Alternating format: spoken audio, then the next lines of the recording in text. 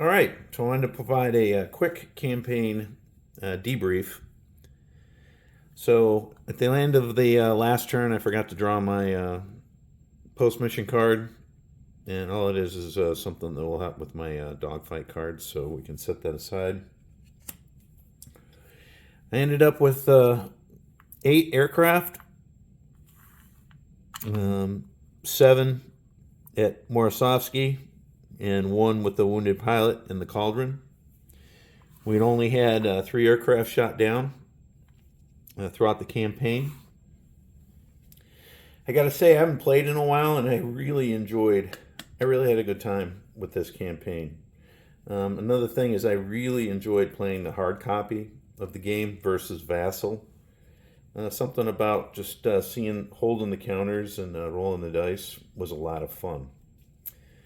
Anyone who watched the video saw that weather played a huge role in the game, whether it was fog or heavy clouds, and that really matched what happened at Stalingrad back in the winter of '42. Weather played an incredible role on the advance on the ground, handicapping air support on both sides, and also really bringing supplies in. I mean, it's totally historical. The landing issues in the fog and in general, that also is historical. The BF 109 was notoriously difficult to land on a paved runway because of the narrow gear and the small tail. It had a very powerful engine, and that led to even experienced pilots ground looping. So you add in trying to land on fields that have been bombed or covered in ice, and so me losing pilots or an aircraft to crashes was historical. The biggest problem I had is the fighters I shot down, I did not. Very seldom did I eliminate them or capture them. Now, some people would ask, well, why do you even have that in the game?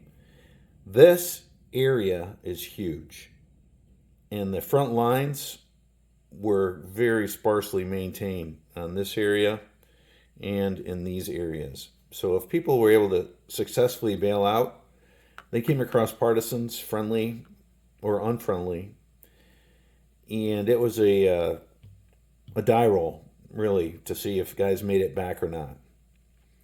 So the ability to score extra points for taking out an ace, especially against the Soviets, but it was tough on the morale of the Germans.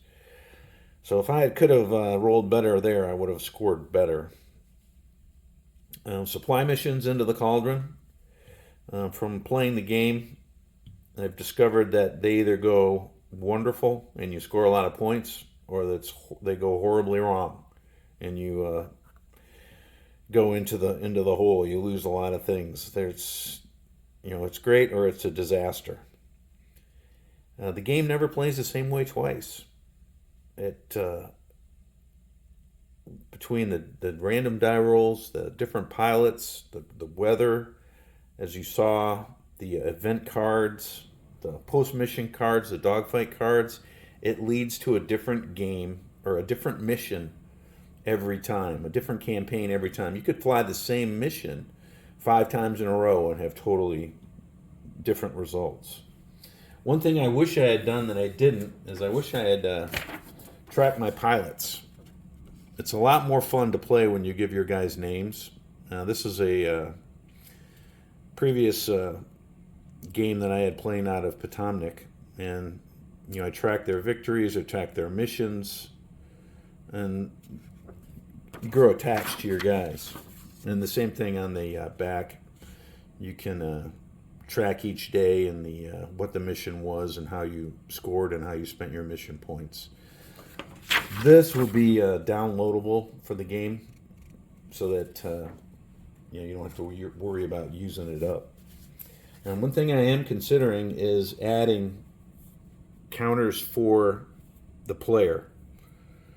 So you would be able to determine if you wanted,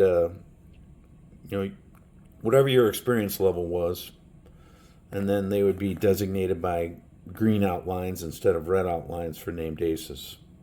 So if you ever lost your named character, or your player character, that you would end the game. So for this, we ended up with 5 campaign points. And with the 5 campaign points, we end up with a minor victory. So I was pretty happy with that. And with a minor victory, what you would do is you go to your campaign book, and it has a introductory letter. All this is written per standard Navy message traffic. And then after you read the message, then the CO or the XO or another military official writes you a short letter of a historical letter of interest. So we would flip through. There is a major defeat, minor defeat, draw, minor victory, and major victory. So we would take a look at our JG3 minor victory. And it looks like we would be heading to the relief of Velike Luki after this. And some interesting little historical notes. And I think it adds something to the game. So there's something for everyone. We've got ZG1, the BF-110s in there. We've got the Romanians. And we've got the Soviets. Things might get a little messy for the Soviets. Letters. And I think that adds a little bit of a chrome flavor to the game. So that was it. I hope you enjoyed it. If you have any questions about the campaign or the game itself, please put them in the comments. All right.